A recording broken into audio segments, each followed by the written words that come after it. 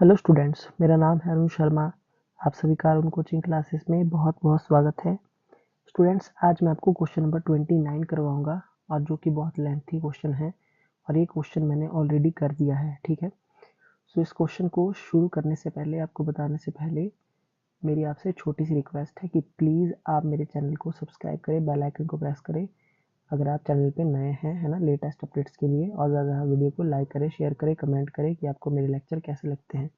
चलिए शुरू करते हैं। पी क्यू आर 3 पार्टनर्स हैं बच्चों, और प्रॉफिट और लॉस रेशो इनका 3:3:2 है। ये ओल्ड रेशो है और उन्होंने डिसाइड किया है कि they will share the profits और लॉसेस इक्वली, है ना, यानी कि 1:1:1।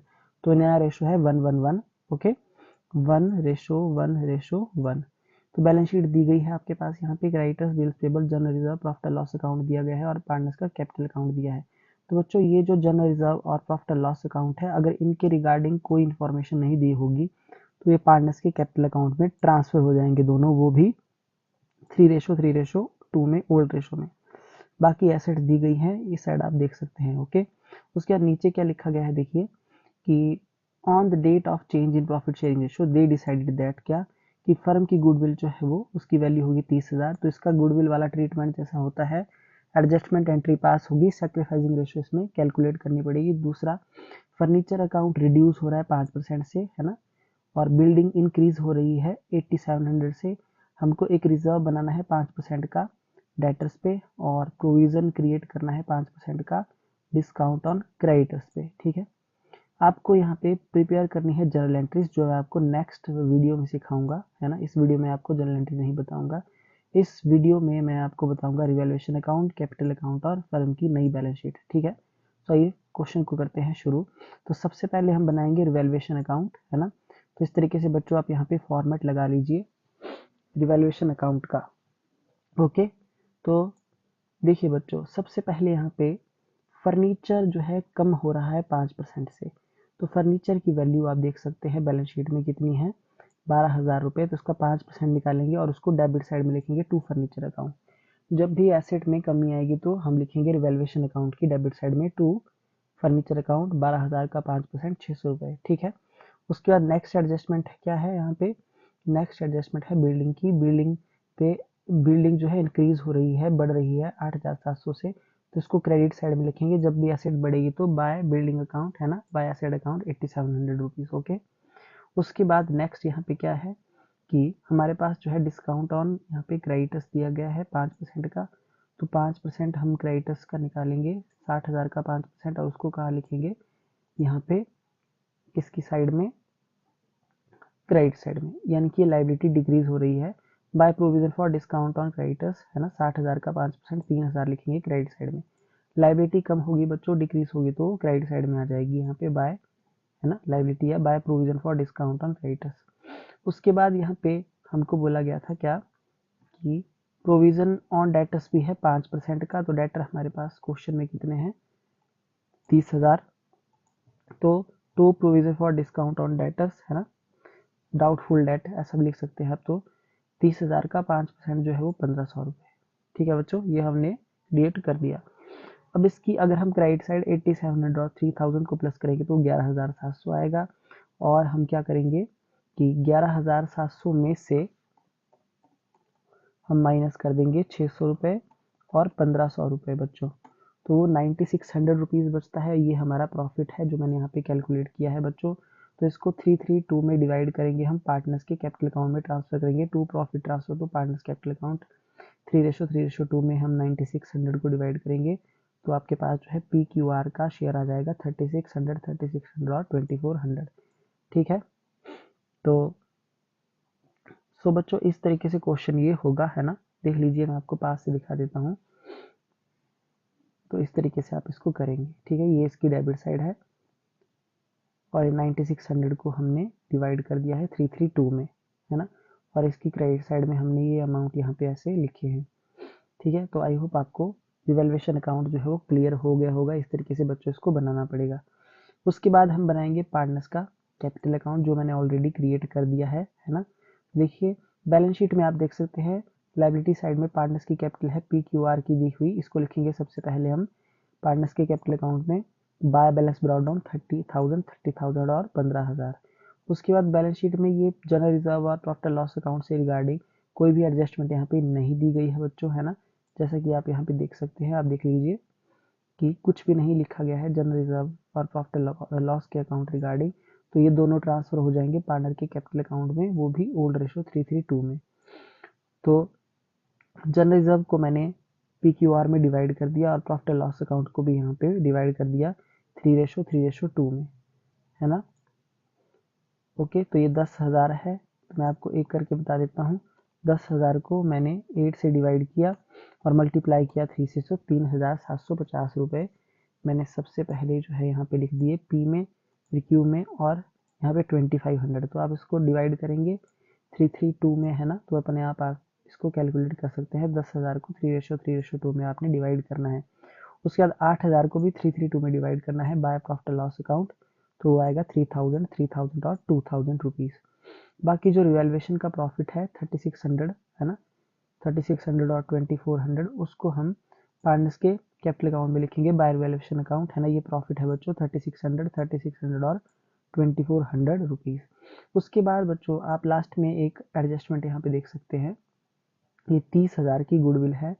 तो इसको हम सैक्रिफाइसिंग रेशो में करेंगे एडजस्ट, है ना, जैसा कि हम करते हैं। तो बच्चों बैलेंस शीट के नीचे जो है ये वर्किंग नोट बनेगा इसका, यहाँ लिखेंगे वर्किंग नोट बैलेंस शीट के नीचे ओल्ड रेशो और न्यू रेशो। तो सैक्रिफाइसिंग रेशो का फॉर्मूला लगाएंगे, है ना, और P, Q और R का जो है वो गेन और सैक्रिफाइस निकाल लेंगे। तो बच्चों मैं आपको बता देता हूँ, इस क्वेश्चन में P, Q जो है वो सैक्रिफाइस करेंगे क्योंकि इनका रेशो ओल्ड शेयर जो है वो क्या है, ज़्यादा है और नया शेयर कम है, इसलिए सैक्रिफाइस हो रहा है।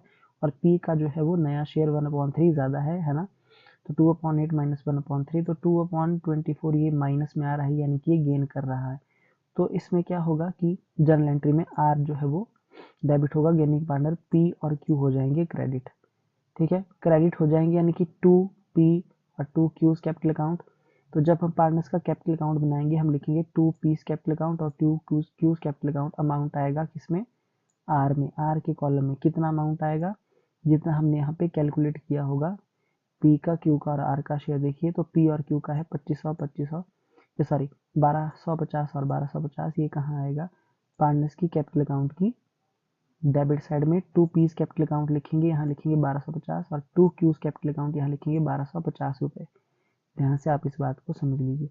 और जो आर जो है उसको हम लिखेंगे बाय आर्स कैपिटल अकाउंट। ऐसा क्यों, क्योंकि जब हम एंट्री पास कर रहे थे तो आर को हमने डेबिट किया है, ठीक है। तो इसलिए जो डेबिट वाला पर्सन होता है वो क्रेडिट साइड में आता है, by R's capital account. Amount आएगा पी में और क्यू में। तो बच्चों जब आप इसका टोटल करेंगे पी का तो वो आएगा 41,600। तो उसको हम लिख देंगे यहाँ पे टू बैलेंस कैरी डाउन 41,600, और क्यू का भी इतना ही टोटल आएगा, उसको हम यहाँ पे लिख देंगे डेबिट साइड में 41,600। और लास्ट वाला जो आर का टोटल है वो आएगा 21,900 रुपीज़। इसको हम 21 जो 900 रुपीज़ है इसमें से माइनस करेंगे 1250, और 1250 को 1250 और 1250 है ना, यानी कि 2500 रुपये टोटल।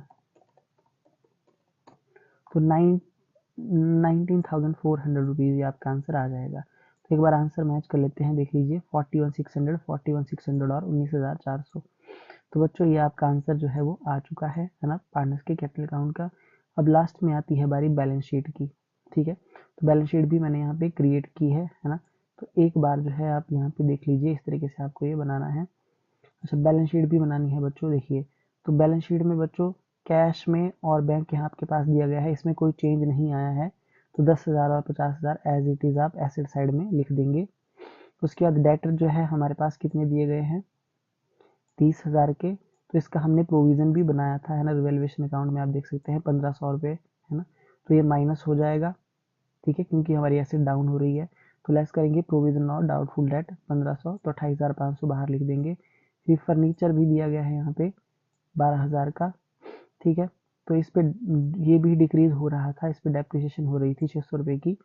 तो 600 रुपये माइनस हो जाएंगे, 11,400 बाहर आ जाएगा। बिल्डिंग जो है यहाँ पे कितने की दी गई है क्वेश्चन में, 8100 रुपीज़ की।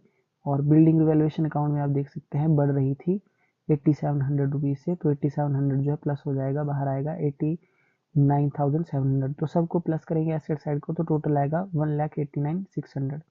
उसके बाद क्रेडिट लाइबिलिटी साइड अगर हम देखते हैं तो क्रेडिटर्स दिए गए हैं यहाँ पे कितने 60,000 के। तो बच्चों क्रेडिटर्स डाउन हो रहे थे 3,000 से, है ना, क्योंकि क्या था इस पे प्रोविजन था, ये वाला देखिए 3,000 का प्रोविजन था, ये माइनस हो जाएगा यहाँ पे। ओके, 57,000 बाहर आ जाएगा। फिर बिल्स पेबल के रिगार्डिंग कोई भी एडजस्टमेंट नहीं है, तो एज इट इज़ 30,000 हम वहाँ पे लिख देंगे, है ना। फिर पार्टनर की कैपिटल हम लिख देंगे, जो हमारे पास ये जो आंसर आया है कैपिटल का 41,600 और 19,400, इसको हम यहाँ पे लिख देंगे बैलेंस शीट में, ठीक है। और आपके पास जो है 1,02,800 ये टोटल यहाँ पे आ जाएगा पार्टनर्स के कैपिटल अकाउंट का, ठीक है बच्चों। तो ओके, तो मैं आपको एक बात बता देता हूँ, लाइबिलिटी साइड का टोटल एसेट साइड के टोटल के बराबर आना चाहिए, तभी आपका क्वेश्चन ठीक होगा। तो सबसे पहले बनेगा रिवैल्यूएशन अकाउंट, फिर बनेगा पार्टनर्स का कैपिटल अकाउंट, उसके बाद बनेगी बैलेंस शीट लास्ट में, और उसके नीचे वर्किंग नोट। तो बच्चों इस तरीके से जो है ये क्वेश्चन किया जाएगा। आई होप आपको बात जो है समझ में आ गई होगी, है ना। तो मैं आपको एक बार पास से जो है दिखा देता हूँ बैलेंस शीट, देख लीजिए, ये लाइबिलिटी साइड है, इसको हम नोट डाउन कर लीजिए, और ये एसेट साइड है ना। और ये कौन सी डेट को बनेगी, जब चेंज आ रहा होगा, मैंने चेंज मान लिया है 1 अप्रैल 2024 को आ रहा है, ठीक है, पार्टनर्स की रेशो में। ओके, और ये इसके वर्किंग नोट्स हैं, इसको भी आप जो है नोट डाउन कर लीजिए, ठीक है बच्चों। तो मैंने आपको तीन चीज़ें बता दी हैं, एक बार आंसर चेक कर लेते हैं। तो बैलेंस शीट का टोटल है 1,89,600, और हमारा भी आंसर जो है कितना है 1,89,600 रुपीज़, आप देख सकते हैं ये टोटल है बैलेंस शीट का, ये टोटल है बच्चों। तो इस तरीके से क्वेश्चन को आपको करना होगा, है ना।